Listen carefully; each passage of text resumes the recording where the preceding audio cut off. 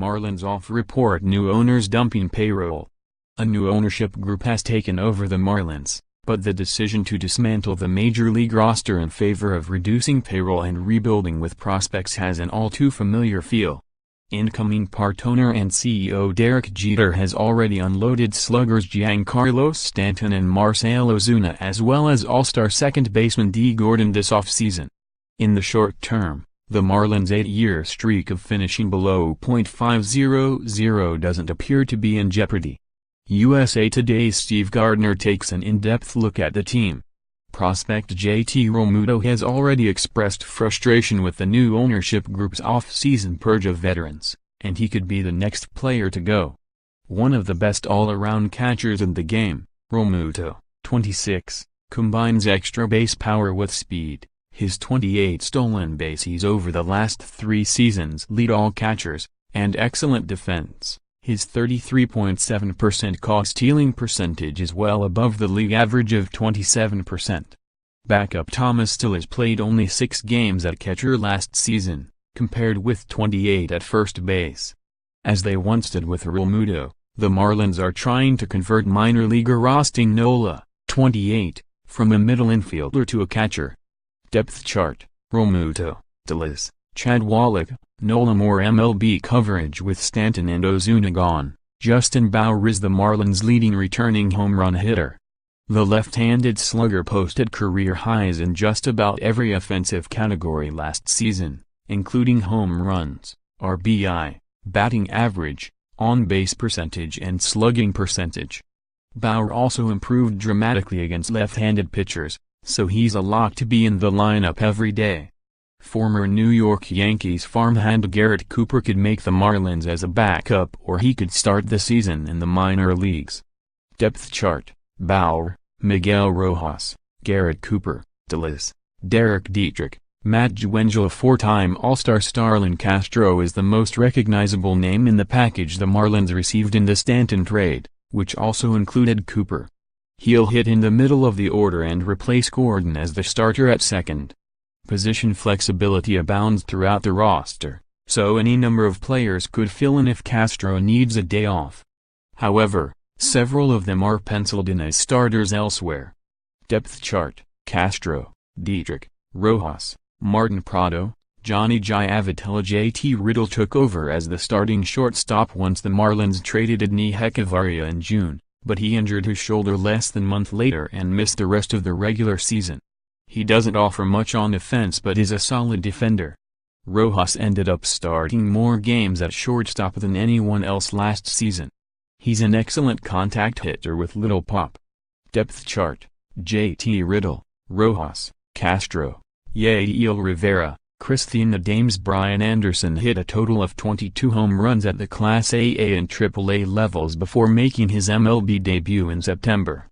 Although he played almost every day down the stretch, he didn't hit any homers in 95 plate appearances.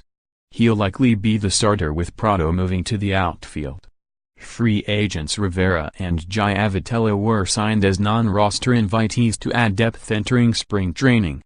Depth chart: Anderson, Prado, Dietrich, Rojas, Rivera, Giavotella, James Nelson. Trading away 2 starters has resulted in a severe lack of depth in the outfield.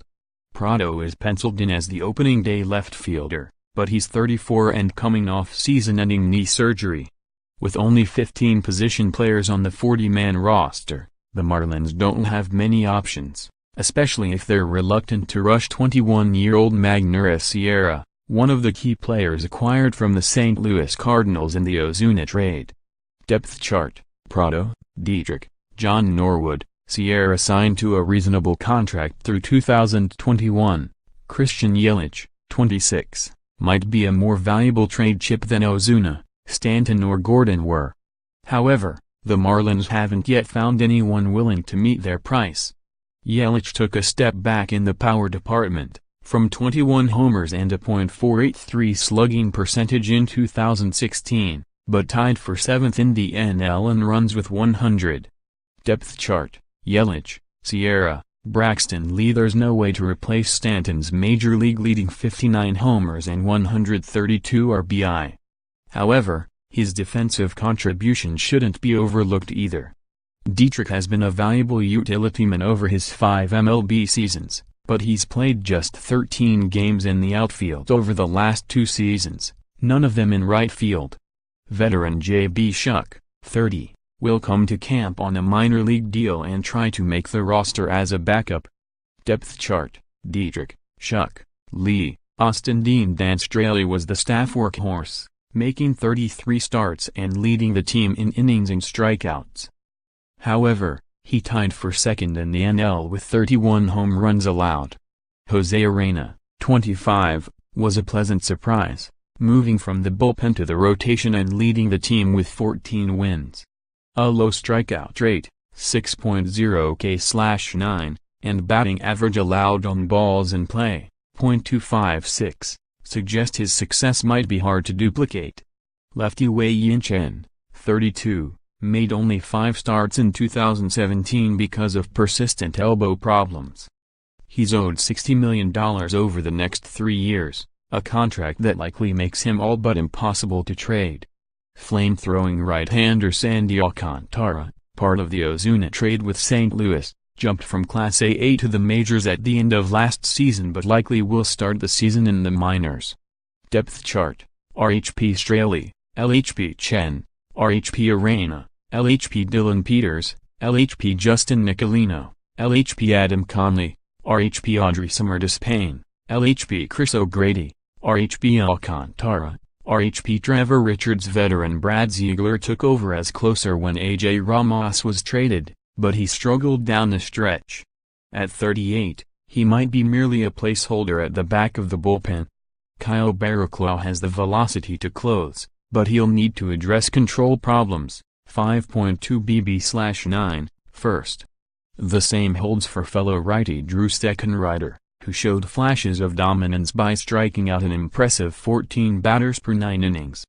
Depth chart: RHP Ziegler, RHP Barraclough, RHP Tezawa, RHP Drew Steckenrider, RHP Junichi Tezawa, RHP Nick Whitgren, RHP Brian Ellington, LHP Jarlin Garcia, RHP Brett Graves, RHP Lisa Hernandez. Excerpted from BaseballHQ.com's 2018 Minor League Baseball Analyst. To order, http://www.baseball.com/minor league baseball analyst 1.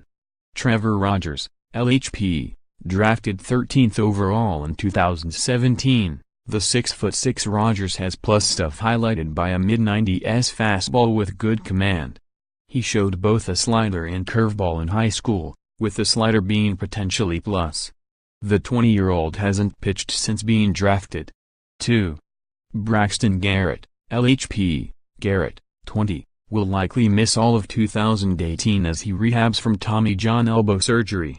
When healthy, he features a low 90s fastball, a plus 12.6 curveball and a changeup with good fade and late sink.